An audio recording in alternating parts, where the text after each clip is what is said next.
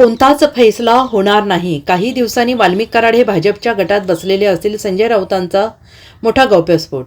उद्धव ठाकरे शिवसेनेचे खासदार संजय राऊत यांनी मोक्कातील आरोपी वाल्मिक कराड यांच्याविषयी मोठा गौप्यस्फोट केला.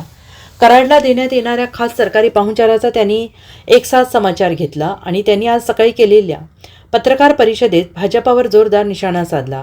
त्यांच्या या आरोपांमुळे आता वादाची ठिणगी पडली आहे. एकूणच तपासावर सुद्धा मोठे प्रश्नचिन्ह निर्माण झाले आहे. न्यायमूर्ती मदन लोकूर यांनी न्यायव्यवस्था ही सरकारच्या दबावाखाली काम करत असल्याचा आरोप केला. त्याचा संदर्भ घेत राऊतांनी न्यायमूर्ती चंद्रचूड यांच्या कामकाजावर आणि वेळकाढू धोरणावर पुन्हा तीव्र नाराजी व्यक्त केली. ते मैदानावर खेळत राहिले, चेंडू रगडत राहिले, पण त्यांनी विकेट घेतली नाही असं ते म्हणाले. शिवसेना कोणाची यावरून निकालाच्या विलंबावर त्यांनी संताप व्यक्त केला. मंत्री धनंजय मुंडे यांच्याबाबत आज फैसला होणार की नाही याबाबत त्यांनी भाष्य केलंय. सामाजिक कार्यकर्त्या अंजली दमानिया यांच्यापूर्वी धनंजय मुंडे यांच्या राजीनाम्याची मागणी झालेली आहे. बीडमधील दहशतवादाविरोधात भाजपचे आमदार सुरेश धस यांनी तांडव केला आहे, पण कोणताही फैसला होणार नाही असा दावा त्यांनी केला. वाल्मिक कराड हे इस्पितळात आहेत. त्यांचे कुठं काय दुखतं हे माहीत नाही, तरीही ते इस्पितळात आहेत. त्यांच्यासाठी रुग्णालयाचा एक मजला रिकामा करण्यात आलेला आहे. इतर अनेक सोयी सवलती त्यांना आहेत.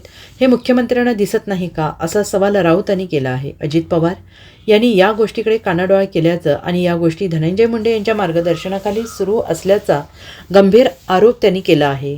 सुरेश धस यांनी तांडव केला आहे. अंजली दमानिया या भाजपाशी संघाशी संबंधित आहेत.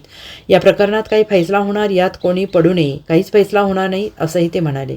काही दिवसांनी वाल्मिक कराड हे राजकारणात येतील आणि ते भाजपच्या गटात बसलेले असतील असा गौप्यस्फोट राऊतांनी केला आहे. होणार नाही, काहीही होणार नाही. सामाजिक कार्यकर्त्या अंजली दमानिया यांच्या आधी तिथं आंदोलन सुरूच होतं. लोक रस्त्यावर आलेच होते. सुरेश धस यांनी तर तांडव केलेलं आहे. बीडमधल्या दहशतवादाविरुद्ध धसांचं तांडव सुरू आहे, तांडव. आणि त्या तांडवाला शासकीय आशीर्वाद असल्याशिवाय तांडव होऊ शकत नाही. तरी आज मिस्टर कराड हे इस्पितळात आहेत. त्यांचं कुठे काय दुखतंय मला माहित नाही, पण ते इस्पितळात आहे. त्यांच्यासाठी इस्पितळाचा एक मजला रिकामा केलेला आहे. इतर अनेक सोयी सवलती त्यांना मिळत आहेत. एका मुख्यमंत्र्यांना दिसत नाही का, अजित पवारांना दिसत नाही का? आणि हे सगळं धनंजय मुंडे यांच्या मार्गदर्शनाखाली सुरू आहे असं सुरेश धस सांगतायत, जे भाजपचे आमदार आहेत. आणि अंजली दमानिया यांचाही भाजपचाच संबंध आहे किंवा संघ परिवाराशी असेल फार तर. त्याच्यामुळे काय होईल आज फैसला यात पडू नका. काहीच फैसला होणार नाही. काही दिवसांनी वाल्मिक कराड हे राजकारणात येतील आणि ते भाजपच्याच गटामध्ये बसलेले असतील. Bureau report, SBN Marathi, Mumbai.